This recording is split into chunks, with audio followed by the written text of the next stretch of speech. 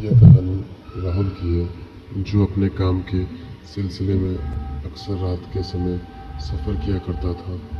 एक बार उसे राजस्थान के एक छोटे से शहर से देर रात भारतीय रेलवे की एक्सप्रेस ट्रेन पकड़नी थी।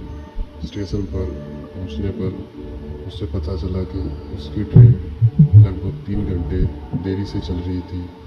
प्लेटफॉर्म नंबर 2 पर रात के 2 बज रहे थे और चारों ओर एक अजीब सी सन्नाटा पसरा हुआ था। कुछ देर बाद दूर से एक ट्रेन की सीटी की आवाज़ सुनाई दी। ट्रेन प्लेटफॉर्म पर आकर रुकी। राहुल तेजी से अपने रिजर्व डिब्बे B3 की तरफ बढ़ा और अपनी बर्थ पर जाकर सो गया। कुछ घंटे की नींद के बाद जब राहुल की आंखें खुली तो डिब्बे में मुक्त अंधेरा था। ट्रेन की सारी लाइटें बंद थीं। उसने अपनी घड़ी में देखा तो रात के 4 बज रहे थे। अचानक उसे ऐसा लगा जैसे ट्रेन किसी बहुत पुराने वीरान स्टेशन पर रुकी है। उसने खिड़की से बाहर झांका तो बाहर का नज़ारा देखकर उसे रोंगटे खड़े हो गए।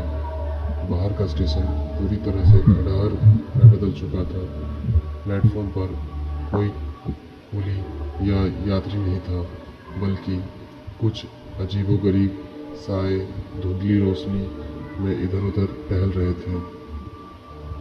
तभी डिब्बे के दरवाजे खुले और कुछ ऐसे लोग अंदर आए जिनका शरीर राख की तरह सफ़ेद था और आंखें गहरी धंसी हुई थी। वे लोग बिना किसी आवाज़ के राहुल की तरफ बढ़ने लगे। डर के मारे राहुल के मुंह से चीख तक नहीं निकल रही थी। उनसे एक साया राहुल के बिल्कुल करीब आ गया और उसके कंधे पर अपना ठंडा हाथ रख दिया। राहुल ने अपनी आंखें बंद कर ली और ईश्वर का नाम लेने लगा। कुछ सेकंड बाद अचानक डिब्बे की लाइट जल उठी और ट्रेन की गति बढ़ गई। राहुल ने घबराकर अपनी आंखें खोली। उसके डिब्बे में कोई नहीं था। सब कुछ सामान्य था। टीटी अपनी टिकट चेकिंग की ड्यूटी कर रहा था। राहुल ने राहत की सांस ली और टीटी को पूरी बात बताई। टीटी ने राहुल को हैरान करने वाली बात बताई कि जिस वीरान स्टेशन का राहुल जिक्र किया कर वहाँ कई साल पहले एक भयानक ट्रेन हादसा में जल गई थी। उस हादसे में ट्रेन की बोगी में आग लग गई थी और आज तक रूट से गुजरने वाली कुछ ट्रेनें उन यात्रियों को आत्माएं